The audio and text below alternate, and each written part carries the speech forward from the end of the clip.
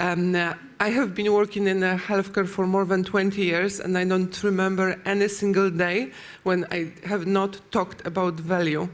However, talking about the value in the context of pharmaceuticals is a little bit different than medical devices. But now, today, it's, I believe, first time ever I'm focusing so much on thinking about and discussing value for digital health. And I strongly believe that it's a little bit different to all the discussion I have pleasure to entertain in the past. So I'm very warmly welcome you to this. I think it's going to be a lot of contribution to everything you do in your future life, because in the end, all of us are going to become digital patients. And I hope, honestly speaking. So thank you very much again for joining. And let me start with Karolina. And just, I believe that the first, what we need to cover is to understand what is the definition of value for you. So if you could elaborate on that from your perspective. Thank you. Yes, thank you very much for the invitation. I'm really glad to be here among so distinguished guests. So I represent Medical Research Agency. It's the public institution. We have been established in 2019, so we are pretty young. So, and we already finance the 250 projects, mainly in the field of non-commercial clinical trials. The budget of this project are around 3.5 billion of Polish zlotych. And for us, value is the access for patient to clinical trials, but also how to, the last panelists talk a lot about data, how to create the ecosystem with the data-driven care coordination. We, as a medical research agency, we created 23 clinical trials support centers, and this year we also added to the digital part of these centers by creation of regional digital medical center. So we are aware of the importance of digitalization.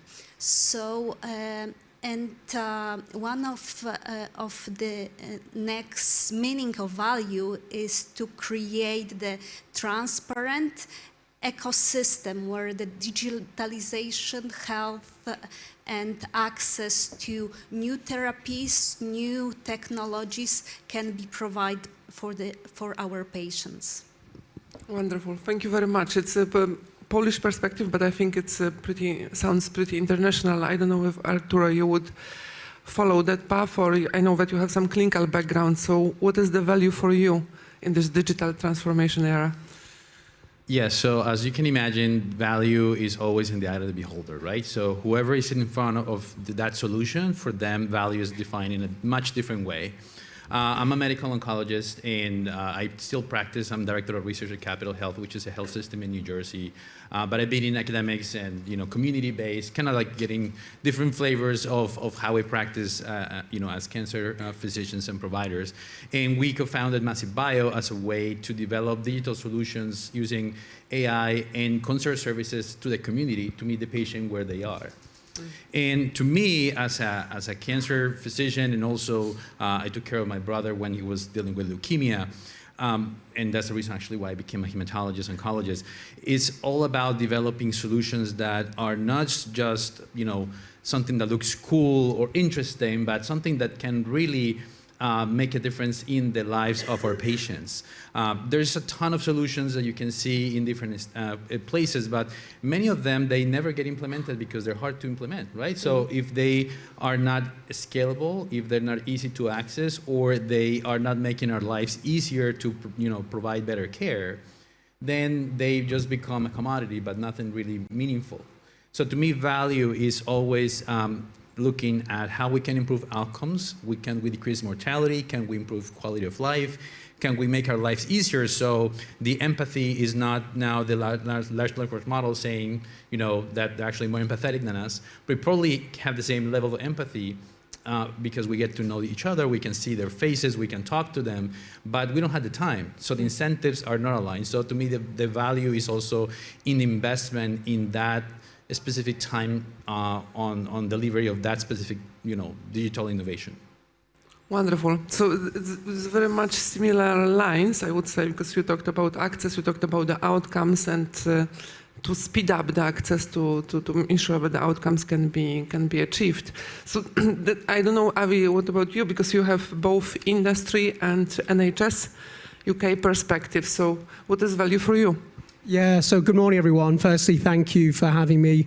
Delighted to be here on this panel. So a bit about my background first. So also a medical doctor by background, practice in general medicine, and currently an associate partner at IBM in their healthcare technology division.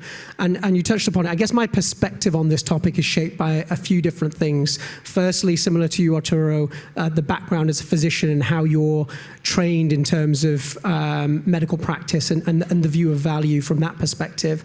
Second would be working in a publicly funded health system in the NHS and what value means within that context. And then third, I guess more recently in the last 5 to 7 years, my work in industry and particularly in the digital health technology space, and then what now value means in the context of digital health technologies. And so I guess from the perspective initially, similar to you, Arturo, as a physician by background, my focus has always and was always on the top half of the equation in terms of how can we deliver better health outcomes and, importantly, a better experience for patients. And when we think about quality of care, I think about it in terms of 3 different areas: experience, clinical effectiveness, and safety. And in all honesty, when you work in a publicly funded health system, the cost equation, the cost part of the equation as a physician isn't your priority. You're focused on the top half, delivering better outcomes, whatever it takes. I guess as I've moved more into industry and started to understand how the healthcare systems work and operate and are financed and structured, of course, this whole cost element has become more and more important. And then you start to realize, particularly in the NHS, decisions are often actually predominantly made by cost, with a secondary sort of look at outcomes, and that can be challenging. And so what's happening right now within the NHS is actually quite interesting. And I think I'd encourage you to take a look in terms of some of the transformation that is going on. We're essentially a massive testbed, an example for value-based care right now with what's going on with our latest reorganization. And that's all around the implementation of integrated care systems. So this is fundamentally changing the way healthcare is organized, paid for, commissioned, and delivered across the whole of England. And the premise is really around delivering value-based care, trying to think about how you deliver care for population, so population health management, moving away from competition within the health system to collaboration, integration, cooperation, and crucially, to the final point, how do you leverage the role of data and digital to truly improve value? So I'd be keen to pick up that conversation further. Yeah, me too, actually. So we'll come back into it in a second. Thank you very much. That's a very nice add-on to the previous perspectives. But Max, let's turn to you because you have your title is about the value. So I think that you talk about the value every minute in your job. So please tell us how you and Siemens Healthcare looks at the definition of the value. Thank you. Thank you. So first of all, also glad to be here and thank you for the invitation.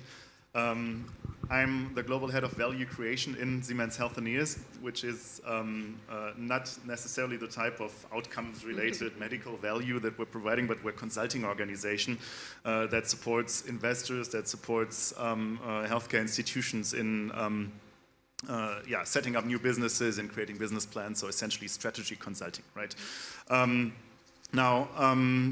Since I've been, around with the topic, not just being an economist, but also a consultant for more than 12 years now, I think I wanted to cover a bit of an aspect that's related to what you said, but also a bit different, is, of course, the definition of value is something that's outcome related, right? So we're talking about all kinds of things that improve impact, but at the same time, we've always struggled in all of these systems to really measure what that impact can be, right? And that's partly because the healthcare landscape is so scattered that actually you don't get to follow up on different things. If you have the typical knee replacement surgery, then you're going to know if the patient does well after, the typical length of stay ends and he leaves the hospital.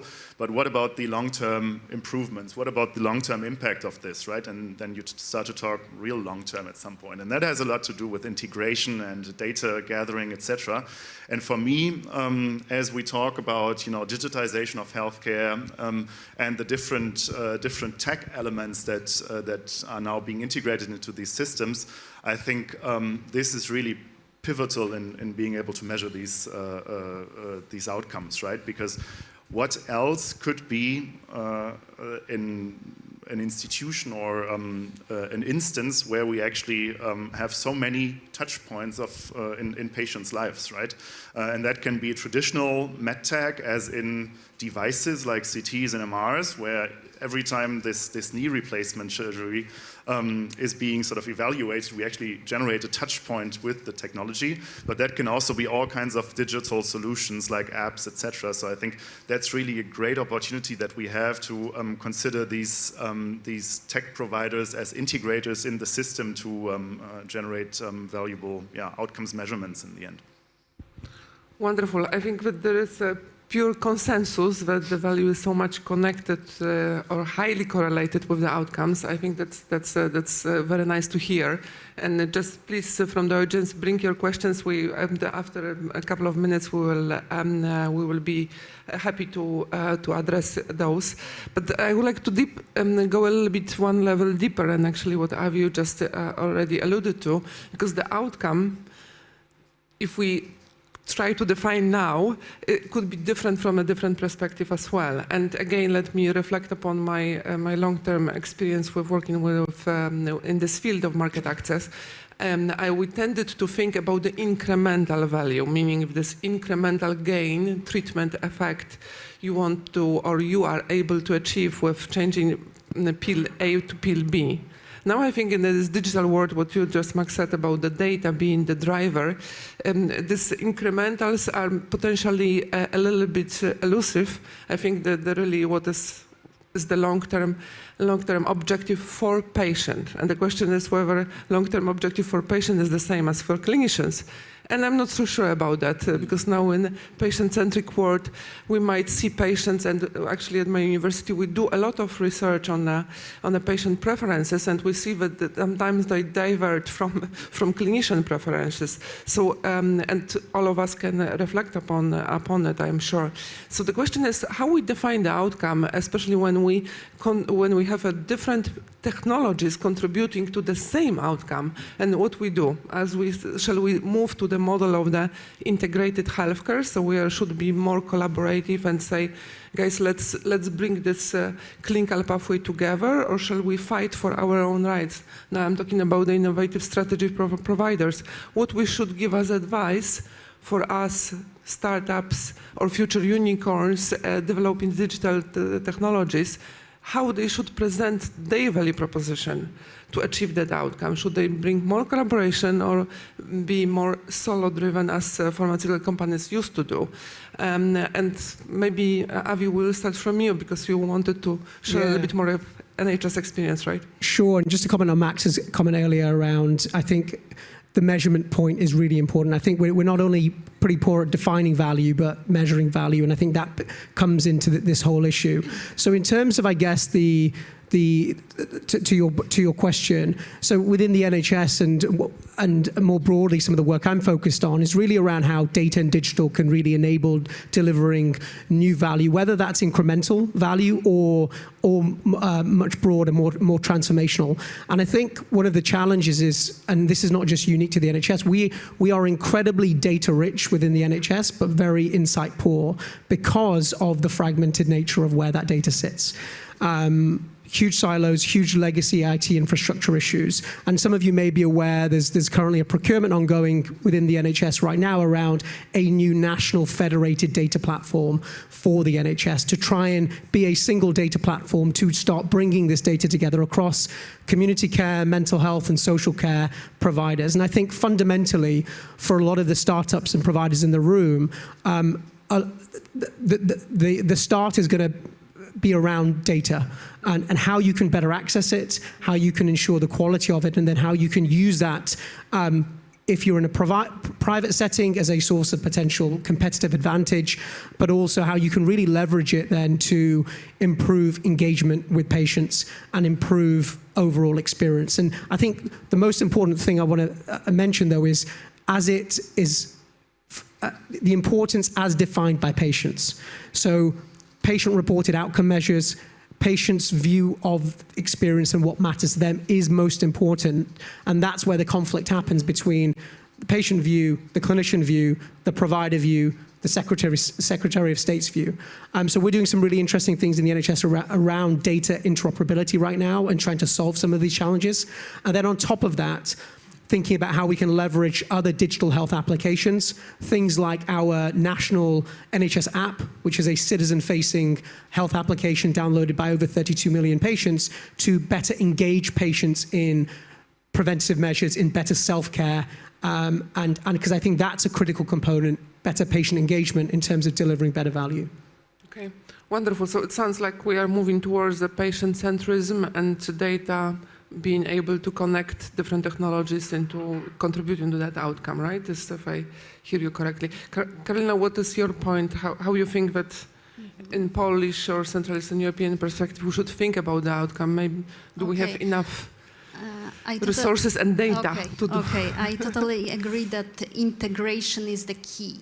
So we know it, we see it, and we act like that. So we are, as a medical research agency, we are responsible for strategic act for development of biomedical sector. And we integrate all the elements in the act. So first area is to how to manage the ecosystem and the system well, and we also take into consideration the data management, data collecting, and using the data in safety ways. And we have also, in the medical research agency, we had calls for using the data for our Polish entrepreneurs. And we are also really keen on, and we want to support startups in our area of data. So, as I mentioned, integration and connecting all the dots is the most important, but it's not easy, but we are trying to do step by step. Wonderful. So the answer lies within the data. What is the outcome I hear from you? And Arturo, how it, from your clinician / US perspective, I think when you don't suffer so much from GDPR regulation, to this extent that we see it in the European context, what would be your advice for getting to the definition of the outcome? Thank you. Yeah, so, and one interesting thing is that as we were focusing on a unique use case for value-based delivery, which is clinical trials in cancer, we actually have to work on a global level. So I have the experience in the US, I had the Latin America as a Colombian myself. I tried to bring some trials there, but I also had to deal with GDPR. So that component of not only patient centricity, but also patient privacy and new federated models, I think is important for us to understand how we can use all that data to first develop these cohorts of maybe synthetic control arms or cohorts that can tell us how are those patients doing based on certain interventions at different country levels, because also access to care, access to different therapeutics, completely different in each country, and even just for testing. So when you're looking at from my oncology side, just look at lung cancer. 9 different biomarkers, they all have different drugs. Only half of the patients get ever tested in their lifetime for that biomarker, even though they can live longer by taking that drug. And even when tested, only a third of them get the drug. And they basically, unfortunately, don't even have the access to that drug in that specific context. So to me, it's make it very patient-centric, so they can follow. There's no, the privacy issues become a little bit easier to overcome because the patient is the one managing the access to their own care for interventions that make sense. But at the same time, I agree 100% with the vertical integration where, engineers and physicians and patients need to be working together. So any fine-tuning that needs to happen in that value that we're trying to accomplish with that tool, it's brought to the table right away, and it's just not, made in a PowerPoint by, getting the Juiceros of the world or the Theranos of the world, define the laws of physics when we can actually do something in front of our patients. The advice I always look is make it patient-centric. Make sure that you are understanding the context of each country, what they have in terms of testing, in terms of labs, in terms of medication access, and foresee where investments can be done from those big stakeholders that actually have more of the pie than we can have, right? So pharma has a lot of money and allocation and innovation that can be brought to the fold, but if we are not telling them what can be done or what's possible at that country level, then there's no way to organize this. So we need to overcome that by creating these NHS efforts, but in every single country, and I'm seeing some trends there. But I think there's still more opportunities, so maybe Google can help us. Exactly. It's an open discussion, of course. So, Max, again, let's turn to you. We see this outcome, patient-centric focus, integrated healthcare model. What do you do in your consulting work? How you define the outcomes, and especially when there are different categories of stakeholders with potential, sometimes conflicting interest. So how do you put the patient-centric outcomes on the table, please? Yeah, I think that's obviously there's not one answer, and I think the answer depends a lot on the geography that you're in and on the system that you're connected to, right? And that also refers to your initial question when talking about strategies for providers. How can they be most effective? And I agree that it has to do with patient centricity, of course. But then if you think about the different environments that you operate in, these can be greatly different. Let's take US. You want to measure outcomes, you can just plug into some great healthcare scheme and basically get all the cancer data that you need because it's all standardized, it's all there. You just have to sort of get access to it, right? In Germany, I wouldn't know where to start with partnering because you have like 10,000 different entities, you have, the association of whatever doctors there is. That's a much greater challenge. So you have to see, in these cases, how do I integrate across the system? And maybe the solution there is more to set up your own solution and then, try to gather data from the patient by just regularly asking him over some sort of app, right? And I think, therefore, my main message would be, try to really see in which environment you're operating and try to, analyze the challenges that are coming, maybe also the changes. If you talk about this NHS setting now, that offers great opportunities, right? That might not be there for now in, say, Germany. That would be my main advice, to really, see what the environment is, what chances it offers, and then adapt your strategy and not just go with this one-size-fits-all approach across the globe, basically. Wonderful. So we are coming to an end slowly, and the ending of the session very similar to the previous one. The data is the key to success. But let me turn to you in the audience with any questions or comments you might have, anything that you believe should be relevant for us to hear as well. So not only questions, but comments are more than welcome. Let us see if our audience has already overcome the initial levels of shyness. So if you have any questions, please feel free to. Now is the time. There is one. Yeah. Have the gentleman with the microphone. Please start by introducing yourself, and let's proceed from here. Yes, good morning. Gilles from Switzerland. I would like to ask a question on quality of life for patients, because we all know about safety, performance, value for money, but what about quality of life?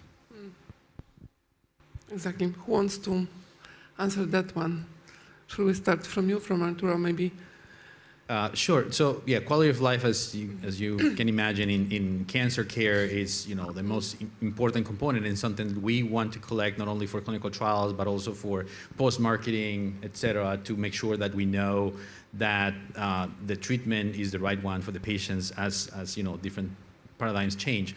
So there's not a ton of digital health solutions focusing on quality of life per se, but they're all based on a specific therapeutic area. So I've seen some, for example, efforts working with CROs to collect quality of life data, like the questionnaires, through the whole process of the clinical trial. But post-marketing, there is not a lot of those efforts. And I think it would be important, as we're going now also into the increasing diversity and inclusion, also quality of life be part of those additional efforts and add-on. And we're probably going to hear from some other panelists throughout the conference about the patient experience and how quality of life plays a significant role in access to care, compliance to care, and also retention across not only clinical trials, but just adherence to treatments. So I think that's a very important point for value, that certainly we can make it patient-centric and actually be successful. Just a quick comment. No, I think it's a really good point, because I think we do miss the mark sometimes, particularly in the outcomes discussion around how we define outcomes. And, quality of life, I think it's really important, because sometimes we're focused on extending life, we're focused on 5-year free survival and so forth, and we don't often take into account the quality of life experienced. And I think we need to have much greater efforts thinking with that lens. And it ultimately comes down to what matters for each patient to them. And I think my encouragement would be for startups and digital health companies in the room to really focus down on their sort of targeted user group and really understand what matters to patients most and cater for those needs. Because I think you raise a really good point there. Wonderful. I believe that we have 2 more questions, so I will go directly to the next one. Yes, please. Yeah, hi, hello. I'm Veronica here from Poland.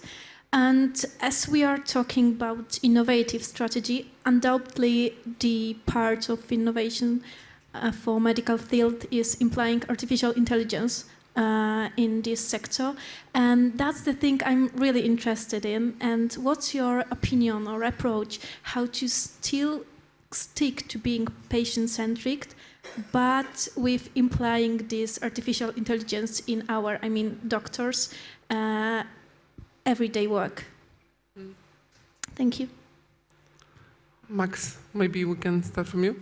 Yeah, I don't, I'd be interested in engaging in the discussion further, because I don't see a contradiction there. I think it's a great addition, actually, to being patient-centric. The fact, that you've got all these AI solutions out there is, I think, a great relief for medical professionals in what they do, and actually offers them a great opportunity to spend more time with the patient, to focus more on the individual needs of patients.